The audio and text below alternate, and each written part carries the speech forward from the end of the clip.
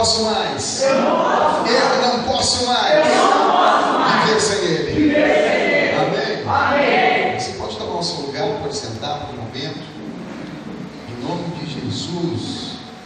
Aleluia. Que bom estar aqui. Amém? Bom estar aqui. Obrigado, Senhor.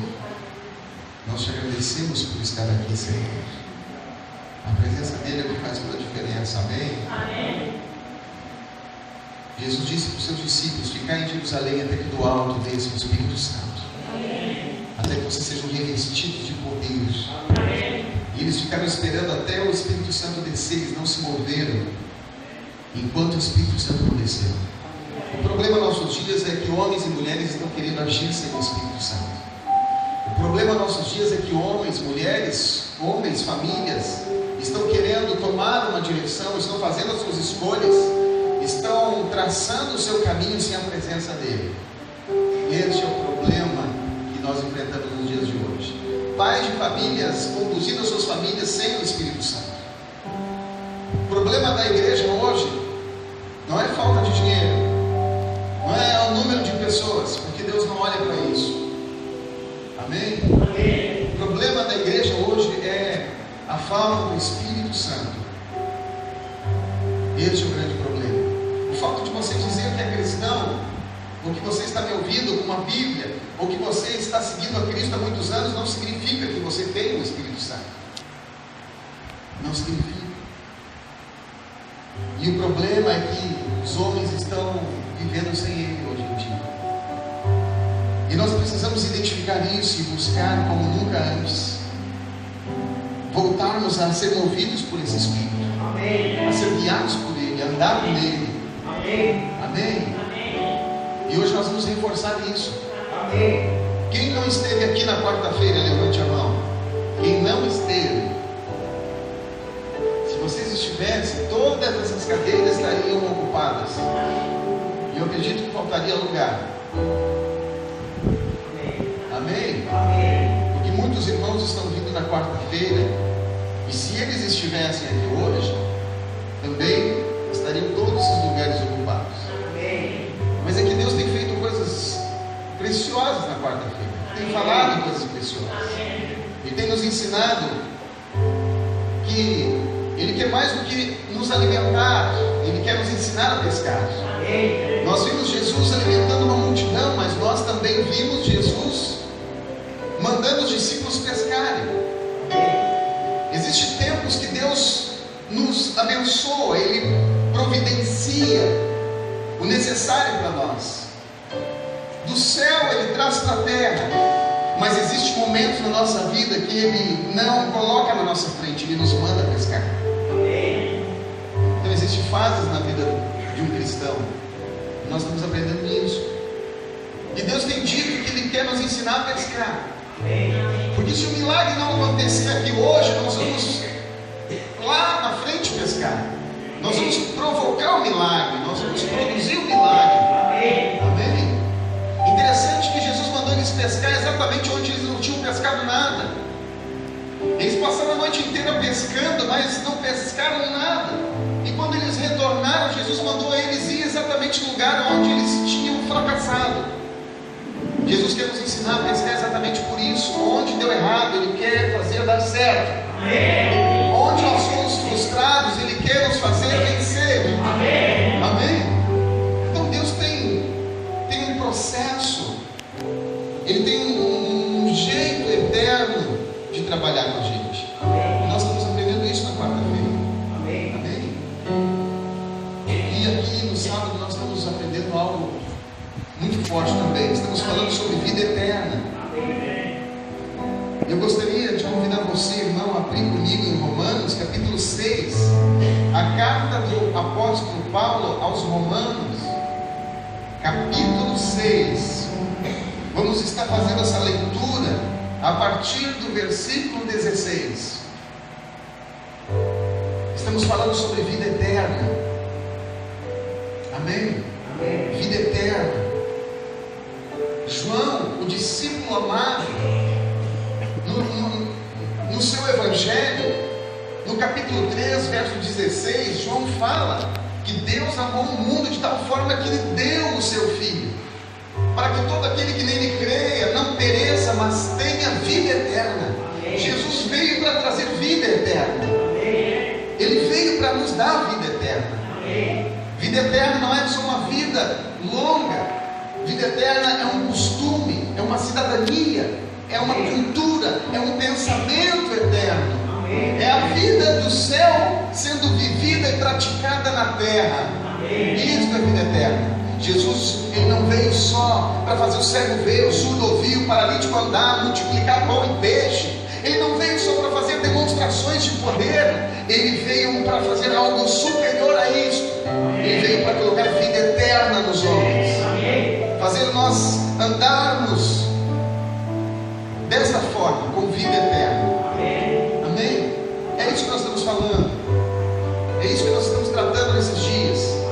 Nós não podemos, como igreja, querer menos do que isso. Nós não podemos, como irmãos, filhos, servos de Deus, querer menos do que a vida eterna. E muitas vezes nós estamos pedindo muito pouco. Muitos que estão aqui querem menos do que a vida eterna. Muitos estão satisfeitos com um carro bom, uma casa boa, um bom emprego. Isso é muito pouco. É muito pouco comparado com aquilo que Deus tem reservado para nós e com aquilo que Ele já conquistou para nós lá na cruz. Não se contente com isso.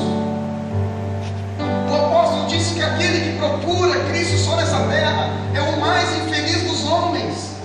Então não procure Cristo só por as coisas da terra. Tem algo superior, tem algo maior para você. Amém? Ele não viria do céu para a terra só para te dar coisas terrenas. Porque assim você trabalha, você cobra. Você se esforça, você alcança. Agora Ele vem te dar algo que está longe do seu alcance. Ele veio para te dar algo que a sua empresa não pode te dar, que o seu patrão não pode te dar, que o médico não pode te dar, que o governo do homem não pode dar, que o seu marido não pode te dar, que a sua esposa não pode te dar, que os seus filhos não podem te dar, que os seus pais não podem te dar.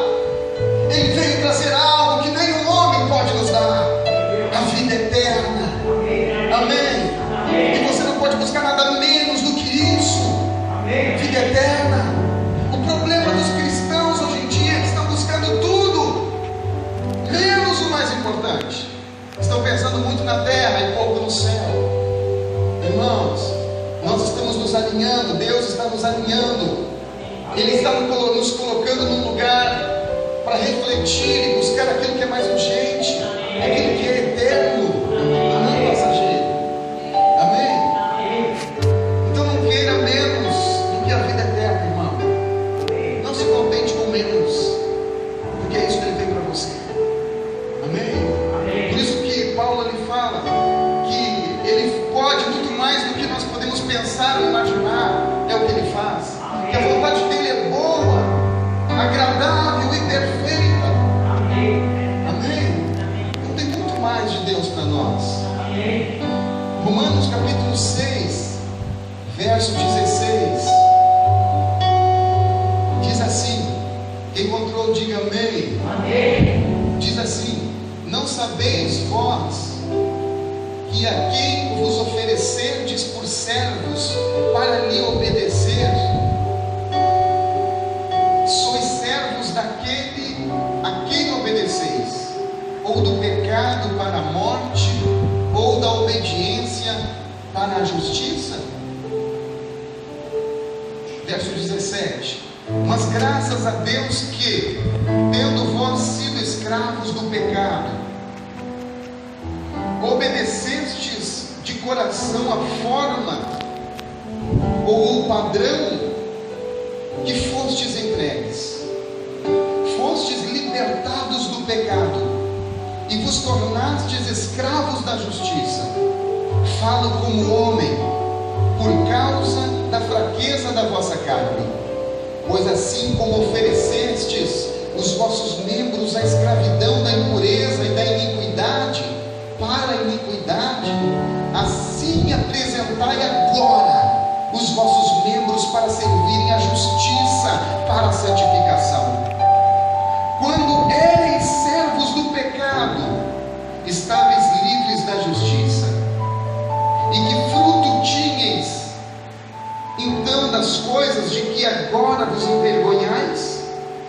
pois o fim delas é a morte. Mas agora, libertados do pecado e feitos servos de Deus, tendes o vosso fruto para a santificação e, por fim, a vida eterna.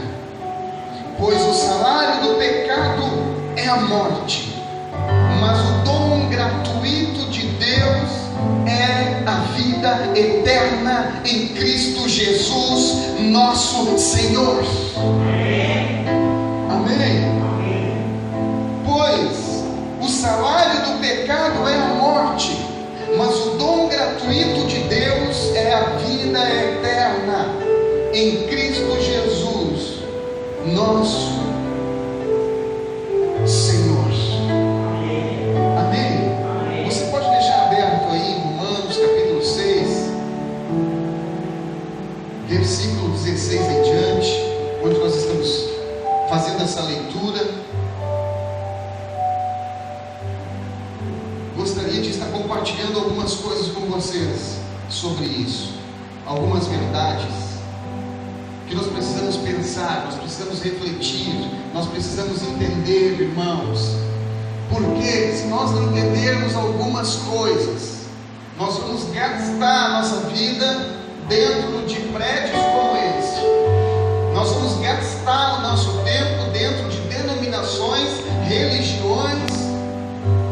Se nós não entendermos algumas coisas, nós vamos estar gastando o nosso tempo, sendo que poderíamos estar fazendo outras coisas. Por isso nós precisamos entender algumas coisas, para que esse cristianismo que nós julgamos, que nós praticamos, venha fazer efeito nas nossas vidas, nas nossas famílias, nos nossos lares. Então nós precisamos entender isso. Amém? Nós precisamos entender algumas coisas. Aqui Paulo está falando sobre a vida eterna. Ele está falando sobre aquilo que Jesus veio trazer para o homem. E essa é e sempre foi a ideia de Deus, trazer a eternidade para o homem. Quando ele fez o homem lá no jardim, Gênesis 2:7, diz que Deus fez o homem do pó da terra e soprou sobre as suas narinas o fôlego de vida. O homem então tornou-se uma alma vivente. E Deus colocou nesse jardim a árvore do conhecimento do bem e do mal e a árvore da vida. Aquela árvore é o que tinha o fruto da vida eterna para o primeiro casal. Então essa foi a ideia de Deus desde o princípio, que o homem não viesse morrer, mas que viesse viver para sempre. E nós sabemos que pela desobediência, o homem então, ele botou isso fora, ele ignorou essa vida eterna. Ele preferiu o conhecimento, ele preferiu as coisas boas do que a vida eterna. Isso reflete na igreja nos dias de hoje. Tem buscado tantas coisas, menos a vida eterna. E igreja não são as paredes, é eu e você. Amém. Então quando eu falo da igreja, estou falando de nós. Amém. Nós temos buscado tantas coisas, mas a nossa prioridade e a urgência nesses dias é vida eterna. Porque essa foi a ideia de Deus desde o começo. Como o homem falhou, ele mandou então Jesus. E Jesus veio para proporcionar essa vida eterna. Hoje a vida eterna está em Jesus. Então vida eterna não é o resultado de praticar uma religião. Ainda essa semana alguém me disse: eu sou um católico praticante. Vida eterna não está relacionada a isso, ao que você pratica, ao que você segue, ao que você crê. Vida eterna não está relacionada a isso. Não está relacionado se você carrega uma Bíblia ou não, se você tem um nome em uma denominação. Vida eterna está relacionada a Cristo, a ter o Filho de Deus, a se entregar e viver por Ele, a ser governado por Ele. Amém? Amém. E hoje nós vamos entender aqui que vida eterna está relacionado a ser governado pelo Espírito. Amém. Como diz o apóstolo Paulo no capítulo 6 que nós lemos de Romanos, no verso 16, veja bem, preste atenção no que está escrito aqui. Ele fala: não sabeis vós que a quem vos oferecerdes por servos para lhe obedecer, sois servos daquele a quem obedeceis, ou do pecado para a morte, ou da obediência para a justiça? quem nós obedecer, nós vamos nos tornar escravos. Se eu obedecer o pecado, eu vou ser servo do pecado. E aqui Paulo está dizendo que o salário do pecado é a morte, mas o dom gratuito de Deus é a vida eterna. Então quem governa nossas vidas? Quem está no governo? Quem está dirigindo os nossos passos? Quem está tomando as decisões? Quem está escolhendo o caminho? Nós precisamos saber quem está no governo da nossa vida, quem está no controle. Nós temos muita facilidade, irmãos, de colocar nossa vida nas mãos dos homens. Todos os dias, pessoas aqui colocam a sua vida nas mãos dos homens. Quem andou de ônibus essa semana, levante a mão. Quem andou na carona de alguém essa semana, levante a mão. Você colocou a sua vida na mão de alguém. Você depositou a sua vida na mão de alguém. Por isso, sempre quando eu ando de ônibus ou ando de carona com alguém, eu faço a minha oração: Senhor, seja o guia, esteja no controle, no comando, porque eu não coloco a minha vida na mão de homens. Não coloco. Minha vida tem que estar nas mãos de Deus. Mas quando você entra no ônibus, você senta, a sua vida está nas mãos daquele motorista. Sim ou não? Está nas mãos daquela pessoa que você talvez não conhece, que essa pessoa não tem Deus muitas vezes.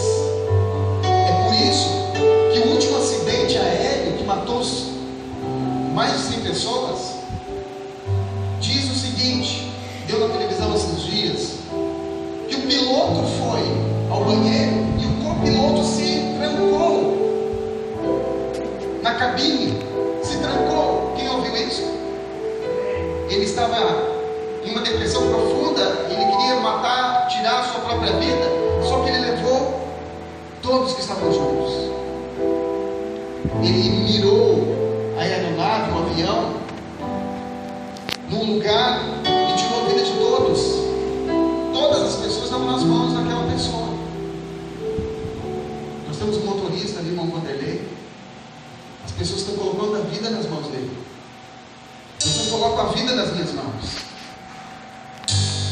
Amém? Amém? Então nós temos que entender, nós temos muita facilidade de colocar nossa vida nas mãos dos homens, mas nós temos dificuldade de colocar essa mesma vida nas mãos de Deus. Quem é maior? É o homem ou é Deus? E por que você tem facilidade de confiar a sua vida nas mãos de um homem, na habilidade de um homem? E você muitas vezes resiste em confiar sua vida a alguém que sabe todas as coisas. Você tem que pensar nisso, irmãos. Entregar a sua vida para Jesus de verdade é confiar a Ele. Amém? Paulo está dizendo aqui que quem nós obedecer é aquele que vai governar a nossa vida. Quem governa a sua vida hoje? Uma vida eterna está relacionada a isso, é ser governado pelo Espírito de Deus. Pelo Espírito de Deus. É o Espírito que vai nos conduzir, nos guiar. É Ele que vai nos levar aos lugares que Ele bem quiser. Não é a nossa alma, não é as nossas vontades. Quando nós fazemos as nossas vontades, somos nós que estamos no governo. E nós sabemos que nós não podemos mais estar no governo. Nós não podemos mais estar na frente, porque maldito o homem que confia no homem. Como você pode confiar sua vida a si mesmo? Se tem uma palavra que diz maldito o homem que confia no homem. Não esteja você no governo, irmão. Não esteja. Chegando o tempo dele estar no governo. E para ter essa vida eterna, a vida que Deus tem para você, a vida que Deus escolheu para você, você tem que deixar Ele estar no governo, não mais você, não mais os seus desejos, as suas vontades, aqueles desejos que muitas vezes controlam as suas atitudes, porque o salário desse desejo que nós chamamos de pecado, que é errar o alvo, é a morte. Quando o pecado, quando a nossa vontade está no governo, o resultado é morte. Mas quando Ele está no governo, o resultado é vida. É o oposto. Quando eu estou no governo, o resultado é morte. Mas quando Ele está no governo, o resultado é vida.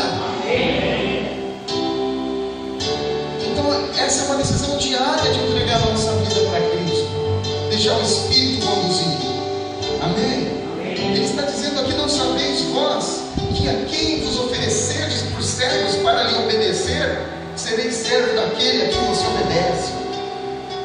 Ele continua dizendo no 17: mas graças a Deus, que tendo vós sido escravos do pecado, mas graças a Deus, que tendo vós sido escravos do pecado, aqui todos nós fomos escravos do pecado. Todos nós fomos escravos, e se ainda não somos escravos do pecado. Ele está dizendo, graças a Deus, que mesmo nós sendo escravos do pecado, obedecemos de coração o padrão de vida pela qual nós somos resgatados. Então está dizendo aqui, nós servimos ao pecado no passado, mas de coração nós temos que seguir o padrão de vida que está em Cristo Jesus. Ele diz no verso 18: fostes libertados do pecado e vos tornastes escravos da justiça. Entenda, você tem que ser servo de um ou de outro. Não tem como servir dois senhores. Não há como você ser um cristão meia hora e meia hora você viver de acordo com a sua vontade. Você não é um cristão assim. Você não é um filho de Deus assim. Não se engane. Ah, mas eu continuo indo na igreja, pastor. Isso não muda nada e não significa nada. Não significa nada, irmãos. Então não tem como nós servir dois senhores. Deus e o diabo. Nós temos que servir a Deus.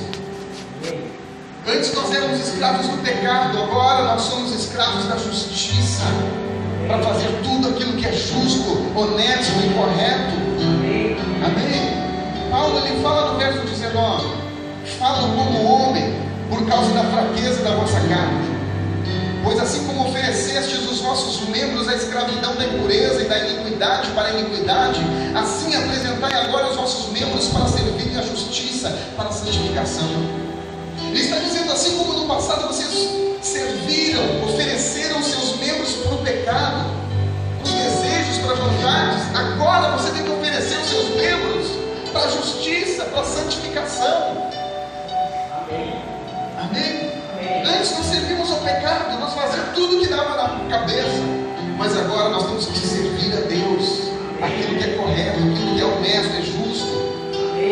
No verso 20 ele fala: quando eres servos do pecado, estavam livres da justiça, e que fruto tinhas então das coisas de que agora vos envergonhais, pois o fim delas é a morte. Muitas coisas que nós pensamos hoje, que nós fazíamos no passado, nós nos envergonhamos hoje. Nós pensamos assim: como eu pude fazer isso no passado? Como eu fui capaz de agir dessa forma? Porque hoje nós estamos entendendo algo. Então é o que Paulo está dizendo: o fruto de antes era a morte, os resultados das nossas atitudes era a morte, era destruição, era quebrar a cara, como se diz, era ser envergonhado, era ser humilhado. Esses eram os resultados. Mas agora, tudo aquilo que nos envergonhava, agora nós servimos não mais ao pecado, mas à vontade de Deus. Amém? Paulo está dizendo isso aos irmãos. Paulo ele fala aqui mais adiante, no capítulo 7, Romanos 7, você pode olhar, no verso 14, Paulo ele fala sobre as duas naturezas que habitam em cada um de nós. Duas naturezas. Ele fala sobre a lei do pecado e a lei do Espírito que está em nós. No verso 14 do capítulo 7, veja o que está escrito. Preste bem atenção agora. Ele fala assim: bem sabemos que a lei é espiritual. Amém? Amém. A lei, Paulo está dizendo que a lei, os mandamentos são espirituais. Mas ele continua dizendo: mas eu sou carnal, vendido como escravo ao pecado. Então a lei, os mandamentos, esse momento agora é um momento espiritual, mas nós somos carnais. Por isso que muitas vezes há um conflito, há um choque entre o espiritual e o carnal. Por isso que a Bíblia diz que o homem carnal não entende nada nada, mas o homem espiritual discerne a tudo. Quando o homem carnal se depara com algo espiritual, muitas vezes ele leva um choque, ele até se ofende, ele não entende muitas coisas, porque ele ainda é carnal, ele ainda pensa somente nas coisas da carne, e não nas coisas do Espírito. Então Paulo está dizendo aqui: eu bem sei que a lei é espiritual, mas eu sou carnal. Quem está falando isso? Quem está falando isso? Apóstolo Paulo. Se Paulo falou isso, imagina nós. Ele disse: a lei é espiritual, mas eu sou carnal. E ele continua dizendo no verso 15: o que faço não entendo, pois o que eu quero, isso não faço, mas o que eu aborreço, isso eu faço. Olha o que Paulo está dizendo: o que faço eu não entendo. Muitas vezes eu quero fazer uma coisa e não faço, mas aquilo que eu não quero fazer eu acabo fazendo. Ele está em um conflito naquele momento. Ele está dizendo assim: não estou entendendo. Eu sei que a lei é espiritual, mas eu sou carnal. E muitas vezes aquilo que eu quero fazer, que eu quero falar para alguém, eu não consigo falar. É verdade ou não é? Às vezes você sente vontade de dizer: eu te amo, eu preciso de ti, não vivo sem a tua presença, sem a tua ajuda, tu é muito importante para mim, me perdoa, eu pequei contra ti, eu errei. Coisas que nós gostaríamos de falar e nós não falamos. Principalmente para as pessoas que nós mais amamos. Nós temos dificuldade de procurar as pessoas que mais nos amam e dizer: olha, como você é importante para mim, eu te amo. Você é importante para mim. Eu passei muito tempo sem te dizer isso. Quantas vezes nós ouvimos isso por mês? Quantas vezes nós ouvimos de alguém que nos ama? Quantas vezes nós ouvimos isso por mês ou por ano? Não enche essa mão. Outra pergunta: quantas vezes no ano nós falamos isso para alguém? Não enche essa mão. É isso que o apóstolo Paulo está dizendo. Aquilo que eu gostaria de falar, de fazer, eu não faço, mas o que eu não gostaria, eu acabo fazendo. Daí eu xingo, daí eu brinco, daí eu falo palavrão, daí eu discuto, daí eu viro a cara, daí... E depois ali dentro a gente está arrependido, puxa, eu devia ter falado aquilo. Puxa, eu acho que eu peguei pesado demais. Quem já pensou assim? Na veia. Puxa, eu devia ter feito. Só que nós não conseguimos ir lá: olha, me perdoa, me desculpa, eu passei dos limites, eu errei, a culpa é minha. Nós só pensamos, mas nós temos dificuldade de ir lá e mudar a situação. Por que, pastor, eu sou assim? Não é só você, eu também sou assim. E essa é a minha luta diária, para não deixar esse eu no governo. Quando essa carne está no governo, ela jamais vai se pedir perdão ou se humilhar para alguém. Mas quando é o Espírito de Deus que governa a minha vida, então eu vou lá e me humilho. Porque a palavra diz que os humilhados serão exaltados. Sabe por que nós não conseguimos fazer assim? Porque nós somos carnais. É o que o apóstolo Paulo estava dizendo: o que eu quero fazer eu não faço, e o que eu não quero eu acabo fazendo. Parece que ele está falando de mim e de você. Ele estava falando dele, porque o homem é tudo igual. Quando as mulheres dizem homem é tudo igual, homem é tudo igual. E quando a Bíblia fala de homem, coloca a mulher dentro junto. Quando a Bíblia fala homem, tem homens e mulheres dentro. Então o homem, o ser humano, é tudo igual. Tudo igual. Mas quando ele deixa o Espírito governar, aí sim as suas atitudes não vão ser iguais. O seu destino não vai ser igual. As suas escolhas não vão ser iguais. Amém? Os seus resultados não vão ser iguais. Então o apóstolo Paulo está dizendo, e ele continua no verso 16: e se eu faço o que eu não quero, eu consinto com a lei que é boa, de maneira que agora já não sou eu que faço isto, mas o pecado que habita em mim. Escute, agora está dizendo: se eu faço o que eu não quero, não é eu que faço, mas o pecado que é em mim. É o pecado que é em nós que tem essas atitudes. O pecado é a vontade de errar, é os desejos, são as vontades, é os nossos prazeres. Isso que é em nós, Paulo estava dizendo isso, está em mim, está em cada um de nós.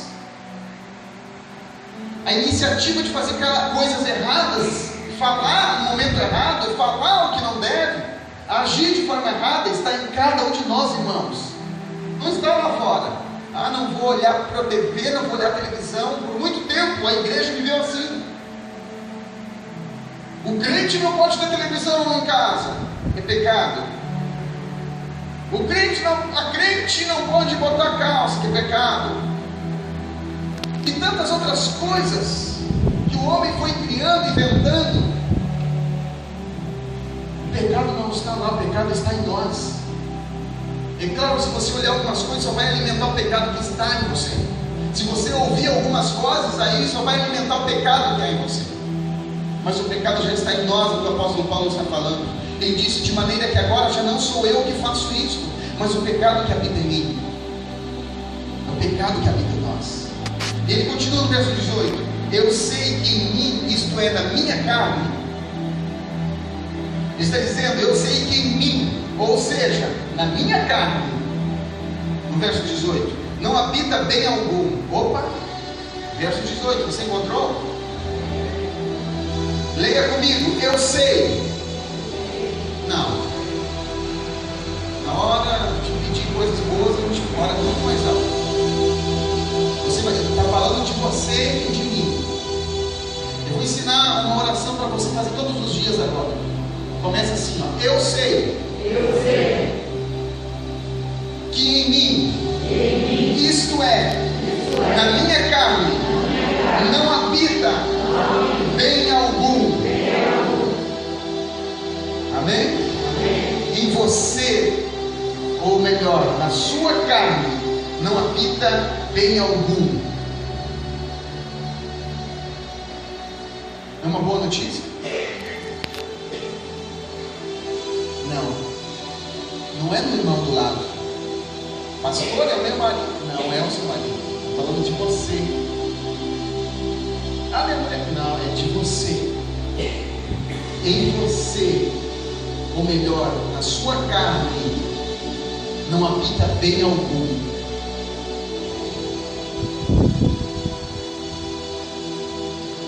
E por que você quer ser o bonzinho sempre? E por que você quer ser sempre o certinho? Em você não habita, na sua carne não habita bem algum. Não tem coisa boa na sua carne. Não tem nada de bom na sua carne. Não tem. Você não é o melhor. E não tem nada de bom na sua carne. Não tem. E por que nós insistimos em andar na carne? Andar na carne é fazer as coisas da nossa vontade, do nosso jeito. Eu que estou no controle, eu é que sei. Fui ensinado assim, aprendi assim. Entendeu? Os meus pais me ensinaram assim. Isso não vai ser desculpa quando começar a vir as consequências. Então nós temos que nos conscientizar. Nós temos que nos conscientizar que não tem bem algum na nossa carne. Não tem nada de bom na nossa carne. É o que Paulo está dizendo aqui. E ele continua no verso 18: com efeito, o querer está em mim, mas não consigo realizar o bem. O querer está em mim, mas eu não consigo realizar o bem. Tem muitas pessoas que querem fazer o bem, mas não conseguem. Por quê? Porque não tem nada de bom na sua carne. A sua carne lhe impede de fazer coisas boas.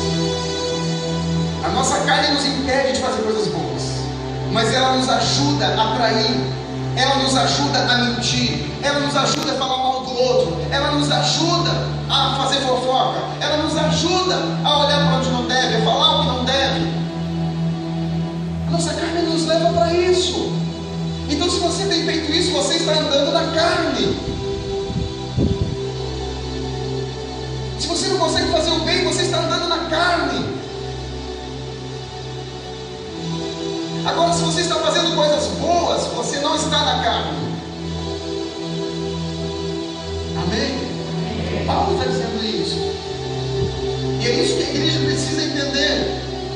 Porque senão você vai gastar a vida inteira num lugar como este, recebendo bênção, recebendo algumas coisas boas, mas você não vai ter tudo que Deus tem, a plenitude que é a vida eterna, que é causar um impacto na sua família, que é impactar as pessoas que estão próximas à sua vida, que é ter um relacionamento mais profundo, conhecer a altura, a profundidade e a largura do amor de Deus. Então, cuidado, existe um grande vilão aí em você, ou melhor, na sua carne. A sua carne é um grande vilão, é o maior inimigo que você tem que vencer, irmãos. Se você vencer a carne, o diabo não vai ter lugar nenhum para agir em você, porque é na carne que o diabo age. E se você vencer essa carne, esse impulso que há aí dentro de você, ele não vai ter direito, legalidade de tocar na sua vida. Amém? No verso 19, Paulo diz: pois não faço o bem que quero, mas o mal que não quero, esse eu faço. Ora, se eu faço o que não quero, já não sou eu que faço, mas o pecado que habita em mim. Acho então esta lei em mim, e quando quero fazer o bem, o mal está comigo. Pois segundo o homem interior tenho prazer na lei de Deus, mas vejo nos meus membros outra lei, que batalha contra a lei do meu entendimento, e me prende debaixo da lei do pecado que está nos meus membros. Miserável homem que sou, quem me livrará do corpo desta morte? Paulo está dizendo aqui: o homem interior tem prazer na lei de Deus. O homem interior tem prazer na lei de Deus, mas o homem exterior, este homem aqui fora, os meus membros, eles me impulsionam as coisas erradas, atitudes erradas. Então quem controla você é o homem aqui de fora ou o homem aqui de dentro? É aquele que está aqui fora, essa natureza, ou é aquele que está aqui dentro? Quem está controlando você, irmãos? Os seus impulsos são guiados e controlados por quem? Por esse homem aqui fora, pelas suas condições, pelo seu braço forte, pela sua capacidade? Ou você está sendo controlado por aquele que está ali dentro, no homem interior? Porque o homem exterior pode estar no mundo, e nós estamos no mundo. Por isso Jesus orou assim: não lhe peço, Pai, para que os tire do mundo, mas que os livre do mal, pois eles não são do mundo. Este homem exterior pode estar no mundo, mas o homem interior pode estar com Deus. Amém? Então quem governa nossas vidas? Ele está dizendo aqui que o homem interior tem prazer na lei de Deus, mas o homem da terra, essa natureza, não tem prazer. Por isso que muitas vezes você tem que arrastar o seu corpo para vir até aqui. Por isso que muitas vezes você tem que arrastar o seu corpo, os seus membros, arrastar a sua própria vida para chegar até aqui, porque há uma luta. Aqui dentro você quer servir a Deus, aqui dentro você tem prazer nas coisas de Deus, mas aqui fora você luta contra isso. Aqui fora você luta contra isso, aqui fora você resiste contra isso. É por isso que muitas vezes nós pensamos: será que eu vou no culto hoje? É a velha natureza falando, é o homem terreno falando. O homem interior está dizendo: eu quero ir, eu quero mais de Deus, eu preciso mais de Deus, eu quero tocar em Deus, eu quero sentir Deus. E o homem aqui fora está dizendo: não, hoje eu não preciso ir, eu já fui quarta, hoje eu fui sábado, não, eu tenho coisa para fazer em casa, não preciso tanto, não existe fanatismo. O homem aqui de fora fala assim. Então você precisa cuidar quem está falando, quem está governando a sua vida. Quem está governando a sua vida? Você tem que entender isso, irmãos. Não há bem algum na sua carne, e a sua carne nunca vai querer ser amiga de Deus, vai querer ser amiga do mundo. A sua carne vai querer sentar no sofá e olhar uma televisão, vai querer, sei lá, pegar um carro, botar um barulho, vai querer jogar uma bolinha, vai querer, sei lá, fazer qualquer outra coisa. A sua carne quer essas coisas. A sua carne jamais troca o emprego por Deus. A sua carne jamais troca o dinheiro por Deus. A sua carne jamais troca as pessoas por Deus. A sua carne jamais troca os prazeres do mundo por Deus. Mas Jesus disse: se alguém quer me seguir, negue-se a si mesmo. Ele já começou a vencer esse eu exterior. Negue-se a si mesmo, negue essa carne, tome a sua cruz e me siga. O homem aqui dentro que quer seguir Jesus, ele troca. Ele não substitui Cristo pelo dinheiro, não substitui Cristo pelas amizades,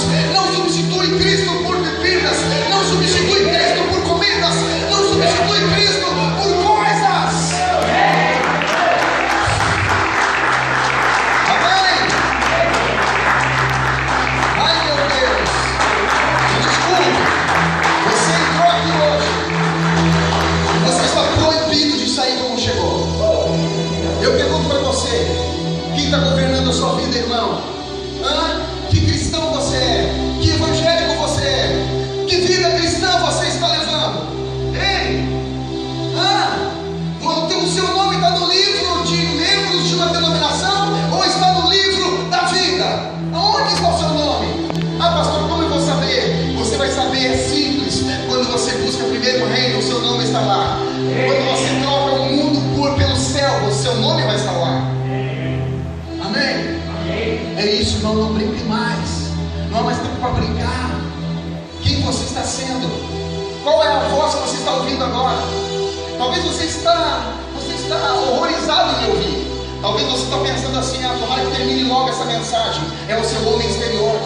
Tomara que o culto acabe logo. Tomara que o culto não vá até tão tarde. Esse é o homem exterior. É o homem de fora que está falando. É a carne. Você tem que dar um jeito nela. Coloque a carne no lugar da carne, mas coloque o espírito no lugar do espírito. Não seja mais um homem carnal. Não seja mais um homem dominado pela carne, porque você é mais um. Você está sujeito a trair a sua mulher. Está sujeito a dar a sua vida e da sua família pelo seu emprego. Mas quando você tem o seu espírito, o espírito de Deus na sua vida, nada substitui Deus. Nada. Você abre mão do que for. Você não negocia. Amém? Quem você está sendo? Um homem carnal ou um homem espiritual? Ei, senhorita, minha irmã, que veio tão preparada e tão bonitinha para o culto. Que mulher você tem sido? Uma mulher espiritual ou uma mulher carnal?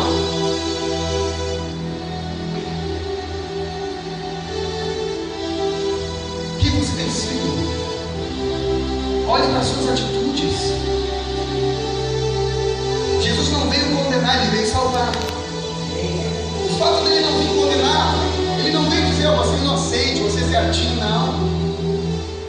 Desde o começo ele deixou claro: você é culpado, mas eu tomei a sua culpa. Mas o fato dele ter tomado a culpa, a nossa culpa na cruz, não significa que nós não somos culpados. Então, que atitudes você está tendo, irmãos? Quem está falando mais alto? Quem está governando você? É um homem terreno ou é um homem espiritual que está dentro de você? O apóstolo Paulo fala: miserável homem que sou. É por isso que eu gosto do apóstolo Paulo. Ele não transferiu a culpa para ninguém. Ele disse: o pecado está em mim. Quando eu quero fazer uma coisa boa, o pecado está junto de mim. Miserável homem que sou. Ele poderia dizer: eu faço tanta coisa para Deus. Mais suave, eu faço tanta coisa para Deus. Eu faço tanta coisa boa para Deus. Eu ajudo tantas pessoas. Ele não fala isso. Ele olha para ele mesmo. Existe um momento que nós temos que olhar para nós mesmos. É muito fácil olhar para os outros. Olhe para você mesmo. E se você olhar para a sua carne, você vai ver que não tem nada de bom. Não tem. Não tem. Não se engane. Ele olhou para ele mesmo, que teria muito mais do que nós. Ele disse: miserável homem que eu sou. Quem me livrará do corpo desta morte? Ele continua no 25: dou graças a Deus por Jesus Cristo, nosso Senhor. Ele disse: miserável homem que sou, quem vai me livrar do corpo dessa morte? Sabe de quem Deus quer nos livrar? Pega essa no seu espírito agora. Sabe de quem Deus quer nos livrar? Eu sei, pastor, do diabo. Não. Eu sei, pastor, do capeta. Não. Eu sei, pastor, da Dilma. Não. Sabe de quem Deus quer libertar e livrar você? Está escrito ali: do corpo desta morte. No versículo 24. É para você sublinhar esse e fazer essa oração todos os dias. É você.